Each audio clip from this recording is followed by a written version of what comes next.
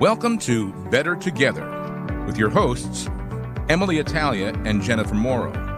When we all work together, we are stronger and can accomplish more for the kingdom of God. And now, here are the hosts of Better Together, EmmaLee Italia and Jennifer Morrow. Hello, everybody. I'm Jen Morrow, and with me today is EmmaLee Italia, once again. Good to see you, Em. You too. Listeners, it's been about a month since we've checked in with you. How's that possible? I felt like it was last week. I do too. It went so fast. Yeah, I agree. But we're in the beginning of March. It's the beginning of March, right? March, and it's a beautiful spring week so far, and we're just ready for an exciting episode of Better Together. And you got it. Yeah, I will admit that. You ever have one of those days? Listeners, if you tune in, you know that we record in the morning. And then I'm always talking about whether I got my coffee. So this morning was one of those days where I thought, no, I can't squeeze everything in. There will be no coffee. Oh, no. And I know, right? I do appreciate the drama on that. And, I get out of the house. I put my shoes on, which are just heels, slip-on heels. This is an important part of that story. Oh, dear. When I walk out the door and make it down the first step and realize they are on the wrong feet.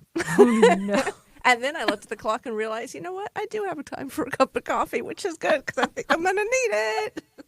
Well, we're all glad you arrived here safely on Yes. no coffee and navigating the traffic. And put the shoes back on the right feet. That's important. Yes. So, oh my goodness. So have you been? What's new in the Diocese of Trenton? And a lot of probably what everyone else is hearing in their various dioceses.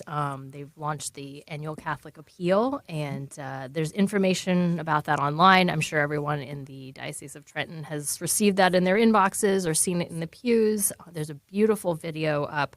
All of this is available at dioceseoftrenton.org/Catholic Appeal.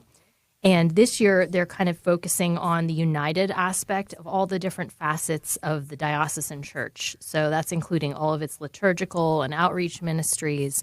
And what I found particularly compelling is that the video features actual people in the diocese who are active in their ministries and telling you about how the funds from the ACA helped to facilitate their ministries. And it's just really rejuvenating to see that active participation in our diocese and how people are being good stewards of the funds that are collected.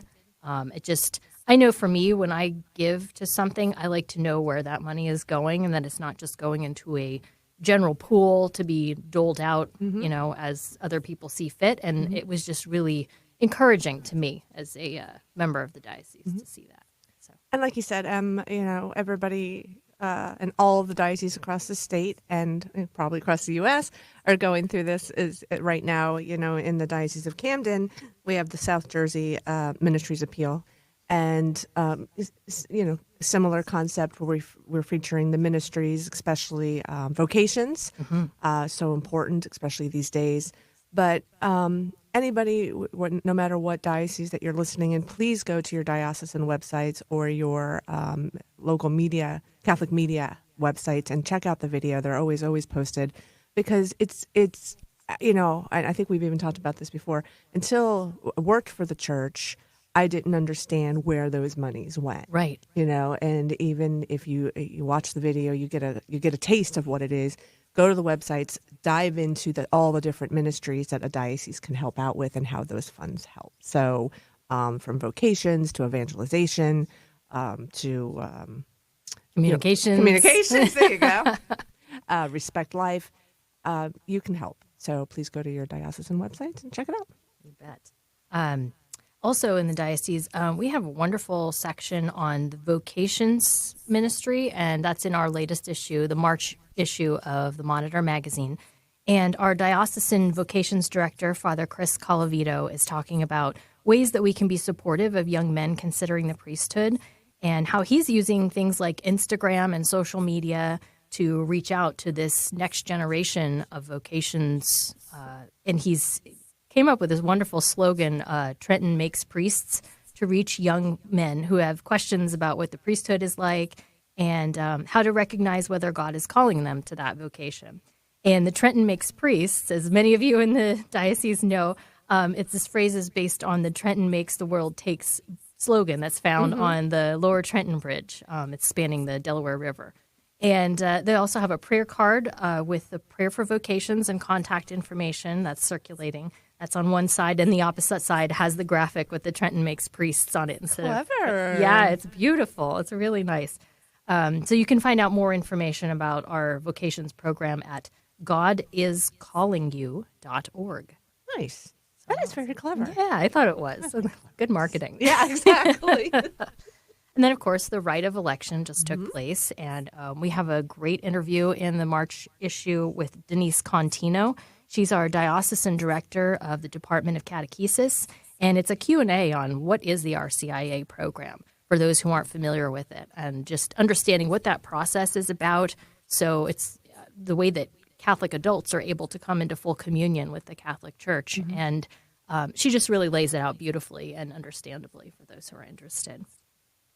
And then we have our monthly Be Inspired feature, and it's not always going to be rewriting it, but it happened to be me again, and I got to interview Sister Brunilda Ramos, and she's a religious teacher Filipini, and she's the director of the St. Joseph by the Sea Retreat House in South Mandaloki. Oh, I love that place. Have you been there? I haven't been on a retreat there, but I've, as a reporter, covered events there, and it's so beautiful. It's so she beautiful. had a big hand in the remodel, I think, after Hurricane Sandy hit, because it was damaged pretty thoroughly. Right. So the story goes into that, what she was involved in, and just her life. She started at 12 years old as a postulant in the Religious Teachers Filipini. And from there, she's just like, I love my ministry. I, can't imagine doing anything else. So big shout out to her. Nice. That was a great interview. So how about you? What's going on Diocese of Camden? Well, Diocese of Camden, similar with what you were saying about right of election. We had a wonderful article. We're really focusing on our young people from our Catholic campus ministries this year. Nice. Just kind of really diving in to see what an influence at a college campus Catholic ministry can have. So we're talking to some of them as they come into the Catholic Church. We have a wonderful story coming up later in this month about a young woman from Ukraine who was already a student at Stockton down in the Galloway area, Atlantic County. And after the war broke out in Ukraine, the university kind of stepped up to help her stay. And now she is, fully ingrained in life down in Stockton and fully ingrained in the Catholic campus ministry at Stockton University. So we're having a really lovely sit-down interview with her by our reporter, David Karras. I bet she's a beautiful asset. Oh, I can't wait to read the story. I haven't read it yet, so it's just filed last night. It's my thing to do today, and I'm excited because when anybody sits down and, just like our guest that'll be coming up shortly, to take time to share their passion or their life. I don't know about you, but I feel honored. Absolutely. I think it takes a lot of guts to open up and tell somebody their life story or just explain more about their passion. So it'll be a great article. So looking forward to see that. And then the survey that's been running in the Catholic Star Herald for readers is coming to an end. We have one more week. So if you're a reader of the Catholic Star Herald and you want to take our survey, let us know what you like and what we can improve upon. Please visit CatholicStarHerald.org and take the survey and maybe win a $25 gift certificate. Oh, that's a good incentive. Yeah. Actually, it might even be $50. No, it's $25. I don't know. No coffee. It's one or the other. You can use that all hour. Just you like no that? coffee. Yeah. Sorry. I feel like I can actually use that every day, no matter what time of the day, and doesn't get old. But so our topic today is why don't you explain a little bit about it before we take a break Sure. and invite our guests on? So this idea just came to me online. I was on the New Jersey Catholic Conference website, njcc.org. Yes, njcatholic.org. Excuse me. But they had linked to an article on various Catholic sites to visit in the Archdiocese of Newark. Mm-hmm. And one of them happened to be the Basilica Shrine of the Sacred Heart in Newark. And I had been there many years ago. My son, he had a fourth grade project on. They had to visit a site in New Jersey and do a report on it, and then dress up as a character that might have come. So I had to make him. He he dressed up as a priest. It was great. I made him an outfit, and he's standing there for Jersey Day, having visited the cathedral. Oh, I love it. But it was the most beautiful, and we didn't even have a full tour. We just walked in ourselves and admired the building. But this beautiful cathedral just kind of sparked this idea, what can we do during Lent to maybe appreciate the beauty that is available in some of our local Catholic structures, our Catholic worship spaces, shrines and basilicas, and even churches that are just, older and have a lot of history and relics. And so this idea just kind of formed. Maybe we should talk to some folks who are, rectors of or give tours of or members of these churches who can speak to the importance of the beauty in their churches. And I think that, a lot of people we've talked about, there's more when we go to church, the church building itself, there can be more to just going to church, right? Like it's such an educational experience by looking at the stained glass windows. Our first guest that we're going to speak with, that church is St. Joseph's in Camden. They have over 90 relics. Which is quite unusual for just a parish church, right? Exactly. It's and I'll let our guest explain it more, but it's such a great idea, like Em said, that we could go to a parish during Lent to deepen our prayer experiences, but any time of the year, to be honest, looking for something to do with your family, bring them to a local church or basilica, take a tour, educate yourselves and your children. I was educated when I stepped into St. Joseph last week and just absolutely mesmerized. It was like walking into a church in Europe. It's stunning. So, we're going to hear from our guests in a second. And all right, everybody, stay tuned and we'll be right back. Bishop Robert Barron. When you say, well, my ego is the center of my life, my freedom, okay, it sounds great. What I can envision, what I can desire in the immediacy of the moment, what a dull prospect. But to say that God's purposes are now my purposes, well, that opens up, as Paul says in Ephesians, this power already at work in me that can do infinitely more than I can ask or imagine. Or the Lord saying to Peter, when you were a young man, you tied your own belt and went where you wanted to go. That's what young people do. But don't get stuck there, because the Lord says, well, you're an old man. Someone else will tie you up and take you where you don't want to go. Well, that's the Holy Spirit. So don't read that as something terrible. That's liberating. That's wonderful. Some greater power will tie you up and take you maybe where you never imagined you'd go. When you get beyond that little narrow space of your own ego and you're opened up now into the great space. That's what happens when Jesus becomes Lord. Now you're living. The leading Catholic voices are on EWTN Radio. This is Oblate Father Andrew Small, National Director of the Pontifical Mission Societies in the United States. A Lenten reflection. Some say that we're no deeper than what's carved into us. It's love with all its labors that merits such a fuss. But I would add a little sad. It's only half the cup. What also makes us deeper is what we've given up. It's a lesson from the missions. Brought to you by the Pontifical Mission Societies. To learn more about becoming a missionary right where you are, visit our website at onefamilyinmission.org. Remember, if you're baptized, you're a missionary. Through prayer and sacrifice, in word and witness, we're all part of this one family in mission. Hi, everybody, and welcome back to Better Together. Jen Morrow. EmmaLee Italia. And we're going to have on our first guest, Henry Szchulski, if I have that right. Hi, Henry. You got that. Hi. How are you? I am doing well. How are you? Good. Did I get that right? Szchulski, yes, correct. Okay, not too bad. Henry, I'm on with my co-host, EmmaLee Italia. Henry, nice to talk to you. Nice to talk to you, EmmaLee. So, Henry, if I'm correct, you are the head of the St. Joseph Historical Society in Camden. Is that correct? That's correct. And you're also with the St. Joseph Polish Apostolate for the Diocese of Camden. That's correct as well. Great.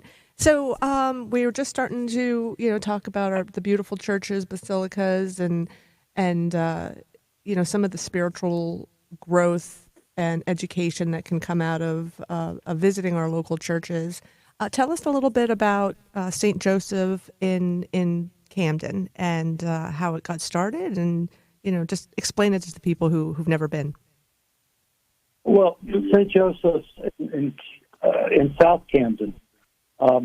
It's a funny thing. There are actually two St. Joseph's in Camden. We're St. Joseph's in South Camden. The parish was started in 1892. Polish immigrants had started coming to the city of Camden. They were attracted to the city because of the industry that provided jobs. And the community began to coalesce, and they wanted to have a parish where they could speak their native language, receive their sacraments in Polish, have confessions with a Polish priest. So in 1891, a group of them started the St. Joseph's Society with the goal of establishing a Polish. In 1992, then the city was part of the Trenton Diocese. They were granted permission by the bishop to begin their own parish. Originally, they met at a hall, and in 1895 they built a building that consisted of classrooms on the first floor and the sanctuary on the second floor. We still use that building as our parish hall, and as the parish began to grow, that building soon became couldn't fit the needs of the growing population. So a new church was built and completed in 1914. The church at the time all the funds were raised by the parishioners, and I think it's more important to point out that these were working class families. They were largely workers, but they came together and raised $100,000 to build the church. It's a magnificent building. We are now on the register of the National Register of Historic Places, and it's probably the only Baroque church in South Jersey. Beautifully decorated, and I think very inspiring when you come in. You made a great point that this was kind of the way that churches were built many, many years ago, when it was a collection of contributions from the faithful of that particular parish. It wasn't relying on they weren't petitioning Rome or the diocese and saying we need funds to build a church. It was that local community that really supported it and made it happen. And to think that working class families set aside hard-earned money that they probably needed. I mean, this was coming out of need more so than, expendable income. Am I right? Yes. Oh, yes, exactly. I think I found some research. As we're doing some research, I think the families were assessed $50 a family to help fund the parish. I think it's also important to point out something else too, that the initial pastor, Father Michael Boronsky, who built the first church in 1895, he not only built the church, but he acquired land around the buildings, and was able to subdivide that land through starting a building and loan association, so that he could loan money to his parishioners, where they could then afford to buy the property and build houses alongside the church. So, wow. In a way, the neighborhood around the church is a legacy of that parish. That's amazing. And I was saying before you jumped on that even though I've been working in the Diocese of Camden for 2.5 years, I just got to the church for the first time about a week ago, and I was absolutely stunned by the stained glass windows. And can you explain about where they came from, which kind of goes into the amazingness, if you ask me, that the church, I want to say, only cost $100,000, but considering what you're seeing when you get in there, you would be blown away. Yeah, we believe that the stained glass windows were done by Meyer and Company of Bavaria in Munich, Bavaria, Germany. We have not been able to find a signature on them, but they are definitely the style of German windows. At the time, Pope Leo XIII granted Meyer the company a Pontifical Institute of Art, and thus that style of windows became very popular for Catholic churches. If you go through there, you can see that the different societies all contributed to the windows. And yeah, they are spectacular. Irreplaceable. We have two very large windows, about 30 feet high, one depicting the martyrdom of St. Adalbert when he was trying to convert the pagan Prussians, and the other window is of St. Stanislaus Kostka, an important Polish saint. He was a young man who was studying to become a Jesuit priest, and it depicts him miraculously receiving communion from St. Barbara. And then tell people about what lines the altar there. Well, this is one of the things that we're very happy to have. We have about 90 first-class relics that line the altar. They're in a glass case, and they're welcome to. And people come to venerate and to think about them. To me, it's just a way of connecting with all the history of the church, of all the people that have passed through the church, and in some ways that we have still that physical presence of them here with us today. And then I've seen a picture online on Catholic Star Herald of the beautiful painting or frescoes that surround the altar, including the dome right over the altar. Can you talk about that? Was there a local artist that was commissioned, or are those copies of European artwork? Well, yeah. I should also mention one other thing. When we talk about the relics, we're also very proud of having a relic of John Paul II. Oh, wow. Father Pavel Kriskevich, who was pastor back in 2016, was able to receive that relic from Cardinal Jewish, who was the Pope's secretary. That's so special. But getting back to your question about the beautiful frescoes, we have not really been able to determine who the artists were. We have a name of an artist in a parish history, Ticini, and he's just identified as a New York artist. But in the research we haven't been able to find anything by that name. So no, we don't really know who did this.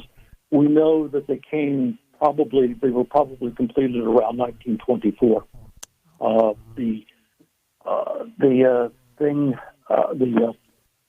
painting above the altar is a copy of a painting by Raphael that's in the Vatican. It's titled "The Dispute Over the Blessed Sacrament."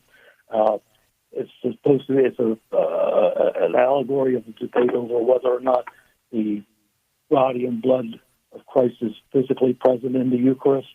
But it's a magnificent painting.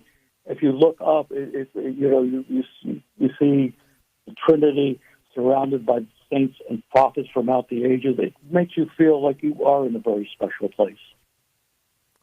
And then the church was actually a pilgrimage site during the year of St. Joseph, am I right? Yes, it was. And we had many groups come in visiting us, be able to pray and at times celebrate Mass. So, yeah, it was a wonderful experience. And what would you say to encourage people to come visit during Lent, but also outside of Lent to maybe deepen your spiritual practice? Well, the first thing is we have Mass on Sundays at 10 a.m., so everyone is welcome to that. We do continue we do a bilingual service where we have prayers in Polish, prayers and reading in Polish, along with the music. And I should mention that we have a choir that the tradition goes back to 1901. Wow. So that's been continuous since then. the church has marvelous acoustics. And although we have a choir that doesn't have that many voices, it sounds like there's 100. Sometimes it just sounds like there's 50 people up in the choir loft, where there are only maybe 8. But I think it adds a lot to the service. Mm-hmm. I'm sure it does. It really does. So everyone is welcome to come and pray at that time. We do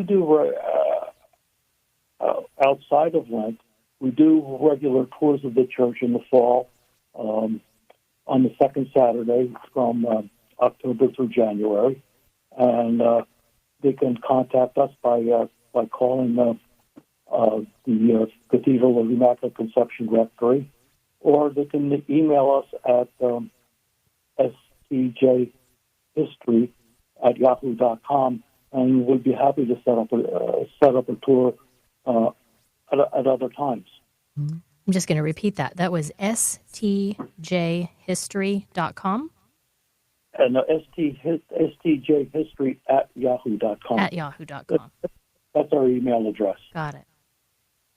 So then people can email if they want to receive a personal tour and get to learn a little bit more about the parish with somebody who actually is part of the parish. That would be great. Yes. And then, go ahead. Just call the Cathedral at 856-964-1580. Yes, St. Joseph Church is a worship site of the Cathedral of the Immaculate Conception in Camden. So, and then Henry, explain a little bit to those that some of the traditions that the church carries out throughout the year, starting with Easter, because I know we'll have Easter coming up, and I believe there might be like the blessing of baskets, food baskets before Easter, things like that. This is a Polish tradition, a tradition of other Slavic countries, where we bring the food that breaks the fast of Lent to church for a blessing. And traditionally, there are items that are in that basket: kielbasa or ham, babka or bread, salt and pepper, and of course decorated eggs. The kielbasa and the ham symbolizes the new covenant that where we're no longer having the diet restrictions. The eggs symbolize the new life, and this attracts hundreds of families. So we'll have that, and we continue that tradition. We'll have it on the Saturday before Easter, Holy Saturday, at 11 o'clock, at noon, and 1 o'clock. And everyone's welcome to come. And the children are invited by the priest to come up to the altar and to talk about the holiday and the risen Christ. Wonderful. All right. Well, Henry, thank you so much for being a guest with us today. And everybody, please, feel free to reach out to the email and or call the cathedral for a tour. And Henry, will you be the one giving the tour? Yes, I will. Oh, fantastic. Meet Henry in real life. Henry, thank you so much for being with us today. Thank you. Well, we appreciate you reaching out to us and letting me talk about St. Joe's. Thank you very much. Great. Have a good day. And so that was you got to go. I can't wait to see this. What about the relics? I saw your eyes when he was talking about the 90. Yeah. And St. John Paul, obviously being a Polish saint, has got to be good. He must have a very special place in their hearts. Mm-hmm. So how wonderful that they have a relic of him there. And I just, how we have these traveling relics presentations that go throughout dioceses, and I always seem to miss them. Like find out about them after the fact, or it falls on a night that I can't go. And so, but this is a fixed presentation. So okay, I'm going to make it a point to go down there. It's interesting. He was talking about the eggs because I lived in Germany for a couple of years, and actually we were going back to Germany for Easter this year. Oh, fantastic. And, when you would walk through the towns, they have the they have eggs, hanging from the trees, like even just like in front of a church or things like that. Like Henry was talking about New Life, Right. And they're beautifully decorated. Most of them are real eggs that have been, I guess get the yolk out and then decorate the outsides, and they're stunning. And I remember, just spending, going through, especially when you weren't used to that kind of culture, and we were there like 12 years ago. And walking around those towns and just seeing them hanging from the trees was just like, every time I see now eggs hanging from trees around Easter, it just makes me like I get a little choked up. So I'm looking forward to going back. It's a step up from our plastic. Yeah, that's what I was saying. I think I did that when I was like a kid, when you like blow out the eggs but nothing. Trust me, I have no artistic ability, so nothing like what those were like. So, yeah. But anyway, gorgeous. All right, so we'll take a break and we'll be back with our next guest. Hello, I'm Bishop David O'Connell, the Bishop of the Diocese of Trenton, and this is a Eucharistic moment. Pope Benedict XVI wrote his post-synodal apostolic exhortation, Sacramentum Caritatis, and said, "This most holy mystery thus needs to be firmly believed, devoutly celebrated, and intensely lived in the Church. Jesus' gift of himself in the sacrament, which is the memorial of his passion, tells us that the success of our lives is found in our participation in the Trinitarian life offered to us, truly and definitively in him. The celebration and worship of the Eucharist enable us to draw near to God's love and to persevere in that love until we are united with the Lord whom we love. The offering of our lives, our fellowship with a whole community of believers, and our solidarity with all men and women are essential aspects of that spiritual worship, holy and pleasing to God, which transforms every aspect of our human existence to the glory of God." It started like it does for many people, question my faith and question authority. And I feel that the reason why I left was the draw of the world. The world was pulling me away. Some people would say, Satan was working on me. He did not want me in church. He wanted me to be desperate. He wanted me to have the thoughts of suicide. I started to realize that a lot of the things that I had experienced in my life were a result of my rebellion against God and against authority.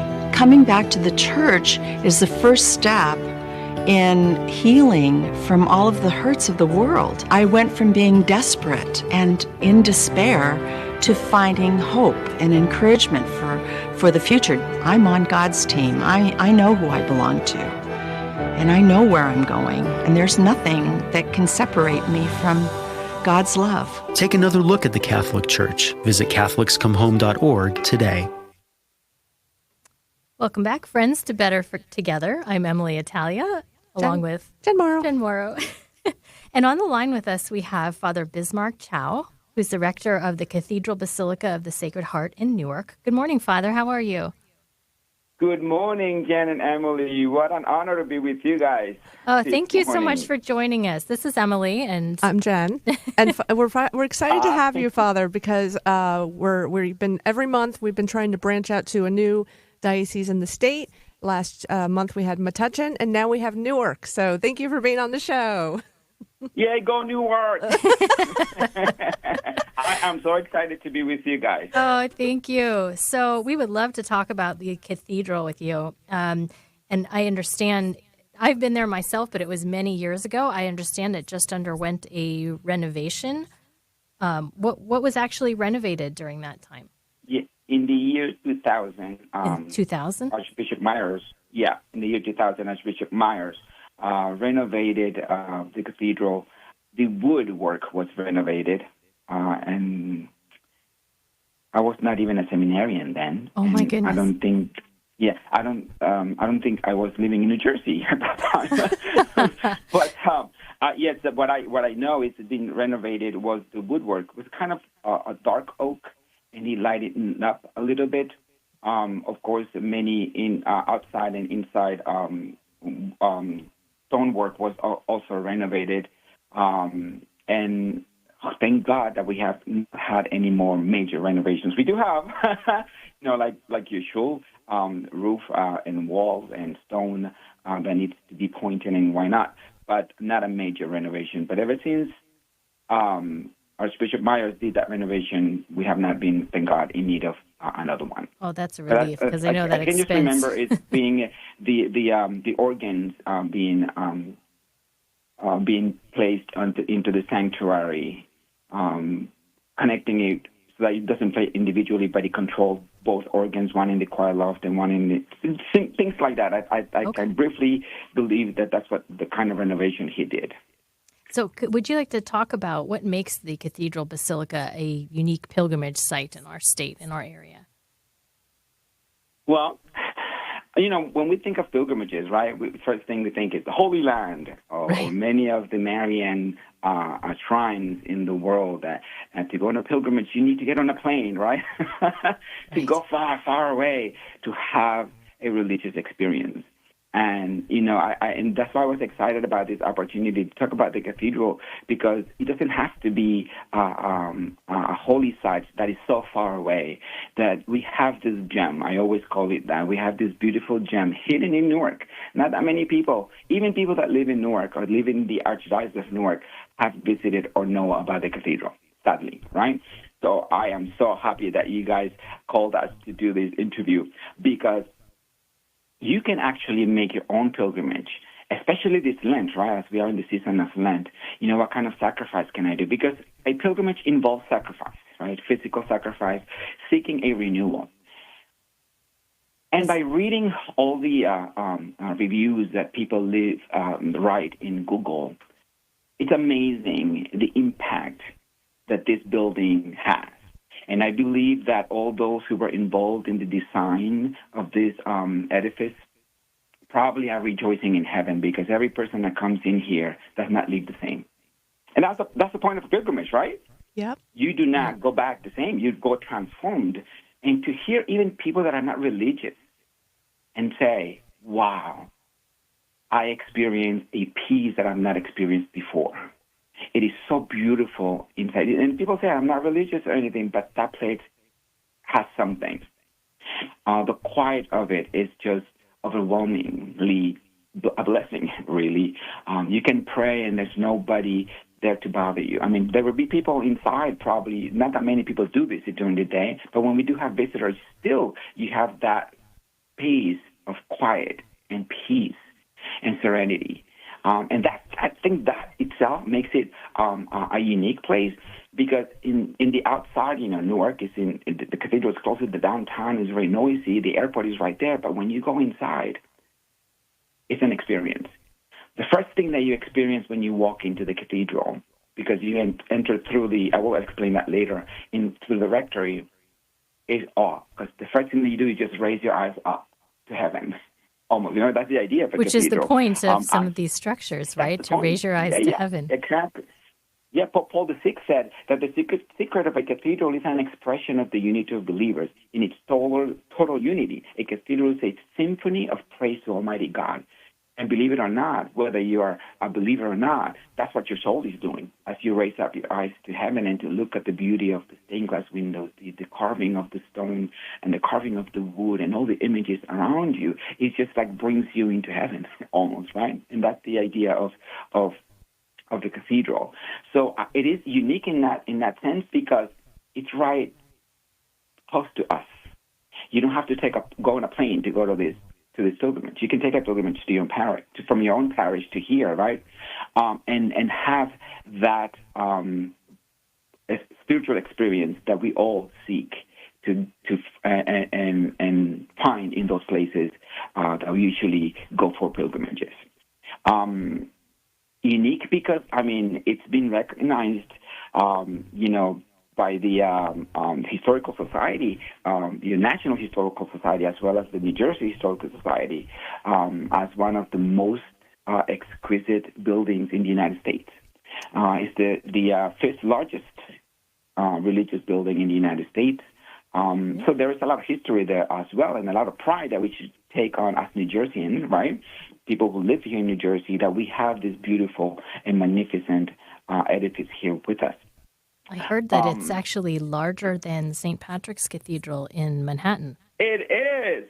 Isn't that surprising? And I always joke around with Father Enrique Salvo, the rector at St. Patrick's Cathedral. I said, oh, he's larger.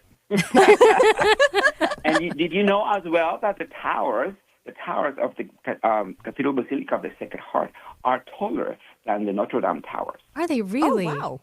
I never would have guessed that. They measure 232 feet tall. They are taller than the Notre Dame.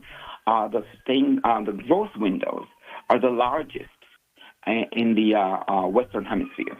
Wow. The three sets of windows together are the largest, measuring 36 feet diameter, the center rose, and 26 feet diameter, the side rose windows. And you know what? When you said what makes it unique, I love going in there late afternoon, like around 4 or 5. Oh, my goodness. When you see the sun just shining through the windows and as it goes down, how they change and how some colors are more radiant than the others, especially in the fall. If you come visit in the fall as well, because it's almost like a miracle happening at that moment when the sun is going down. It's just spectacular. It's just spectacular that it helps you really enter into the beauty of God's creation. I wonder if one of the things that I'm sorry, go ahead. Oh, I wonder if the builders thought about that in orienting the church, so that the sun would be coming through. That is absolutely right, because then he said on the eastern side of the cathedral, the blues are stronger, so that at a certain point of time there will be more reflecting and so forth. And so it's for the other side, and so it's the same thing for the center. They did what's the word I want to use? Strategically located and placed these windows and the colors that they used as well. With thinking about the sun, imagine. Yes, and it was the designer was an Italian designer who Ginipo, I believe, of Rome. And the stained glass windows were actually manufactured in Munich, Germany. More German All windows. We were just talking about the Meyer windows that come from Bavaria in some of the churches, and so it's interesting how so much of the glass for our windows come from that area. And like lots of Italian marble too throughout. They were the masters, yeah. Yeah. Mm-hmm. Oh, that's fantastic. Yeah. And a lot of the mosaic work in the cathedral is from Venice. And if you go into the baptismal font area and you just look up, it's just amazing the skill and the work that these people had to put it all together. It is just exquisite. And churches were really a main area for artisans to present their work, right? Because there weren't a whole lot of other vehicles where, you wouldn't put in a public building so much some of these things. It was the churches where you had the frescoes and the stained glass and the statuary and the stonework. Yes, the designer or architect or designer of the cathedral, Jeremiah O'Rourke, also did some work in some buildings in Newark, public buildings. Oh, he did. Nice. He was one of the leading architects, designers of the time. He was from Newark. Yes. When was the basilica built? The design was designed in 1897, and the Diocese of Newark was established in 1853. And then the thought of building a cathedral for the diocese started. So basically, the idea came with the first bishop of Newark, right, in 1859. Then around 1899, Bishop Wigger was the one who laid the cornerstone in that year. So St. Patrick was already built. And, we don't like to compete, right? we don't like to compete, right? So the monsignors and that were and priests that were entrusted with the building and the design of the cathedral, they wanted to go all out, and they did. Sure. The original design was not the French Gothic. By the way, this is the best example and pure example of French Gothic architecture. By the way, that's what makes it unique as well. It's the best example in the entire United States and the whole continent. That's what the historian says. Okay, I'm not saying it because That's what I read. And it's true. So, yes, so it was a combination because the towers were not going to be as they are now. They were supposed to be pointed. Two towers, one taller than the other, and Jesus Tower, Mary's Tower, of course. And that was the style that the O'Rourke, in Jeremiah O'Rourke, was also building in other states.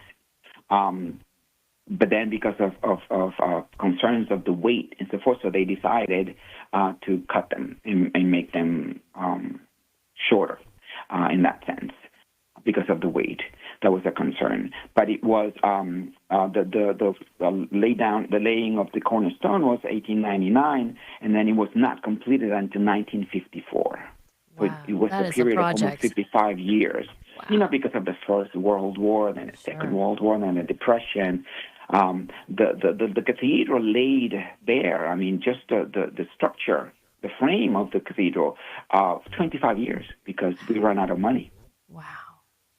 And the beauty of it is that, and you are part of it because you were still not a diocese, right? Camden and Trenton were not still a diocese. You were part of us. So you guys contributed to the building of this cathedral as well because parishes would send money. Right. Well, we were talking about that a little while ago about how communities really rallied around to, sometimes actually help, like with their hands to build the churches and other times monetarily, because it was part of a community and part of the pride to build up your local church. Right. This is my church. Exactly. And, and it was a lot of immigrants were here, the Irish community, and they wanted originally the name, the cathedral, St. Patrick's, but already existed, So they went with the Sacred Heart, which is beautiful because, speaks about the heart of Jesus, opening to all of us. But anyway, so that's, it happened, so it was built within the 55 years period. And there were some ceremonies. I think it was Walsh actually presided one of his anniversaries, and they covered the roof with like curtains and beautifully decorated, mostly with clothes. Wow. You can see pictures actually in the story. But they did celebrate some sort of events in the cathedral before it was finished. So, going back to the unique side of the pilgrimage, to me, it's like people don't think that they can get encounters with Christ, encounters with the Lord in places like a cathedral or any other shrine per se, right? We always think of the big places. But here you can you really encounter the Lord as you walk into this magnificent building. Yeah. So definitely. I encourage people to do take that pilgrimage. Get on a journey, but have an intention. Right? We always have an intention when we go on pilgrimage. I just don't go because I want to take a picture. Right. I go with an intention because I want to be transformed. I want to ask for a petition, maybe a healing, maybe in thanksgiving of receiving a grace. Right? And you can come and do that here. You can tell that these buildings, these cathedrals, were designed with the idea of drawing people, like you said, they're drawing their attention toward heaven. There was largely illiterate population for so many years, or people who were not scholars who could learn the story of Christ and the story of the saints through all of the stained glass windows and statuary, and it was just so that just sitting in the body of the church itself, it's like being immersed in Scripture. Yeah, you're going into the whole life of Christ and the whole, salvation history. You're absolutely right because, it's funny you mentioned that, talking about illiteracy, but not necessarily knowing how to read and write, but there are a lot of young people that come here to get married. They're not necessarily versed in Scripture or even know the Lord. So what our deacons do, they bring them around. They give them a tour, and they go through a scripture. See that window right there? That's the wedding in Cana. What happened there? And he starts evangelizing about the wedding in Cana. So then it's the evangelization. Used. All right. So the purpose, it's still serving the purpose. Right. Isn't that funny? So we have so much information available, and we don't always make it available to ourselves, in these spaces. That's right. That's right. And then, of course, you know that we had a great saint here and visited Newark. And, that visit of Pope John Paul II, now St. John Paul II, really put Newark on the map. Because what of the year was cathedral, that? Was that because of the visit. What year was his visit? That was October 4th, 1995. When John Paul II visited the cathedral, he prayed at Our Lady of Lourdes Chapel. He knelt there. The kneeler's still there. We have a first-class relic, so that makes it unique too, If you want to come and pray before the relic of St. John Paul II, it's here. It's all yours. It's not crowded, Yes. And the throne where he sat is right next to it, too. So it is exciting. There are a lot of other things that are contemporary to us, more recent, right? And to have that relic there and to be able to pray before that relic of John Paul II, to know that he knelt there, meaning, oh, my goodness, this is amazing. I can't believe this, So it is really exciting for that. And it was that evening of October 4th when he did Vespers, that for the first time, the whole United States and the whole world perhaps saw the inside and outside of the cathedral, the outside architecture, the inside architecture. And people were like, what is that? Is that in the United States? Believe it or not, we have some people stay layover from Newark because we're so close to the airport. They were Europeans from France. And then she was like, I would never thought I would see anything like this in the United States, that woman said, from France. Wow, that's a compliment. Yeah. Yes, and also, the cathedral in Rheims, I'm not sure I'm pronouncing it correct, Rheims in France has one of the most exquisite rose windows. Yes. The person who curates that cathedral visited, and she said, this is the closest I've seen to ours. So this really is like a little mini... The craftsmanship, she said. So this is a gem, really, that we have in New Jersey. Well, we should be proud of it. I like how you said at the beginning, Father, when we think about a pilgrimage, we think about going over to the Holy Land or overseas. All right, people, if you're listening, if you're overseas, you come over here and you go to Newark. Right.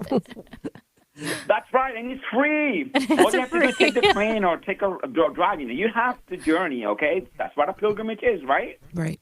You have to journey. You have to sacrifice a little bit. And then when you come here, you do your prayers and get inspired. And after that, then go to the Ironbound and have a nice lunch. Eat a Brazilian lunch.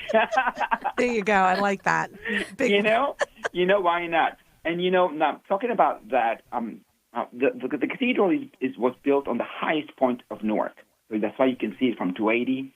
You actually can see it from far away, right? Because it's built on the highest point of Newark.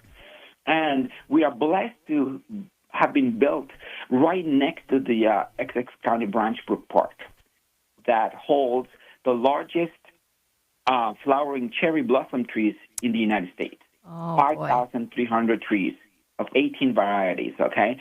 So imagine coming here during the cherry blossom, which is actually going to start April 6th this time, the festival. When you come into the park and you see the background, you see this humongous, amazing cathedral. It's just like you're not in Newark. You're not in the United States. You feel like you are somewhere in Europe. So we need to have two pilgrimages. It is beautiful. We need one in the spring and one in the fall. You come to the cathedral, enjoy the park, take a walk through the park, and take the beauty of nature of these beautiful trees, the different colors, the reds, the pinks, and the yellows, and then end at the cathedral, or do vice versa, right? Sounds good, Father. End at the park or end at the cathedral. So we have actually been collaborating with these people because people complain that we were always closed. It's true. To enter the cathedral, by the way, those who are going to come to visit after this podcast, right? I'm so sorry, Father. We're going to have to let you go. Our time is up. Oh, no. So get to the cathedral. Father will be there and see come the cherry blossom. 89 Ridge Street, Newark, New Jersey. There's plenty of parking around it. Thank you, Father. Oh, it's been a great hour. I went too fast. All right, everybody. See you next time.